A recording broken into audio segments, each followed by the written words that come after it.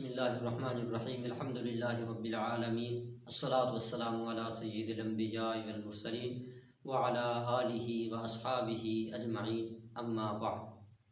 معزز و محتشم سامعین و ناظرین، السلام علیکم ورحمۃ اللہ وبرکاتہ۔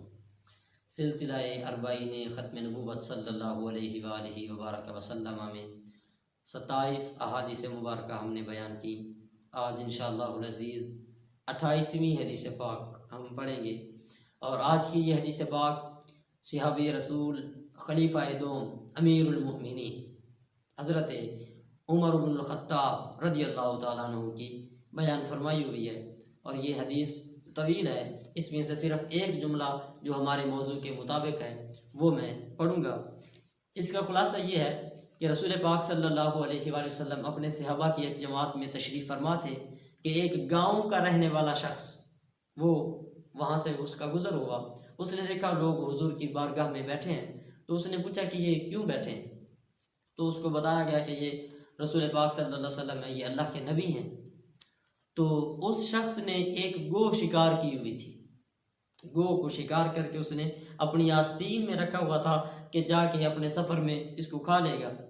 تو وہ سفر پہ جا رہا تھا اور ساتھ اس نے گو بھون کے رکھی ہوئی تھی، بھونی ہوئی گو اس نے اپنے ساتھ رکھی ہوئی تھی۔ جب اس کو یہ خبر ملی کہ یہ اللہ کے نبی اور رسول ہیں، تو وہ لوگوں کو چیرتا وہ حضور کی بارگاہ میں آ گیا اور آ کے کہتا ہے کہ جناب اگر یہ گو آپ پر ایمان لے آئے اور یہ آپ کا کلمہ پڑھے تو پھر تو میں کلمہ پڑھ لوں گا، وگرنہ میں نے کلمہ نہیں پڑھنا۔ یہ پہلے اس گو کو کلمہ پڑھائی۔ اس نے وہ اپنی آستین سے گو نکال لی اور حضور کے سامنے پھینک دی۔ کہتا جناب یہ گو پڑھی ہے، اس سے پہلے کلمہ پڑھواؤ پھر میں کلمہ پڑھوں گا۔ رسول پاک صلی اللہ علیہ وآلہ وسلم نے اس گوہ کو مخاطب کرتے ہوئے فرمایا یا ضب، فاجابہ الضب بلسان عربی مبین یسمعہ القوم جمیعا۔ جب مصطفیٰ نے یا ضب فرمایا نا، اے گو، حضور نے اس کو مخاطب فرمایا، وہ بھنی ہوئی گو وہ بول پڑی اور واضح عربی زبان میں اس نے حضور کی آواز پہ لبیک کہا، اور اس قدر اس نے بلند آواز سے حضور کو جواب دیا کہ جتنے بھی لوگ بیٹھے تھے اس محفل میں سب نے اس کی آواز سنی۔ وہ کہتی ہے لبیک وسعدیک یا زین من واف القیامہ، اے قیامت والے دن وعدے وفا کرنے والے میں حاضر ہوں، حکم فرمائیے۔ یہ گو بھی جانتی ہے۔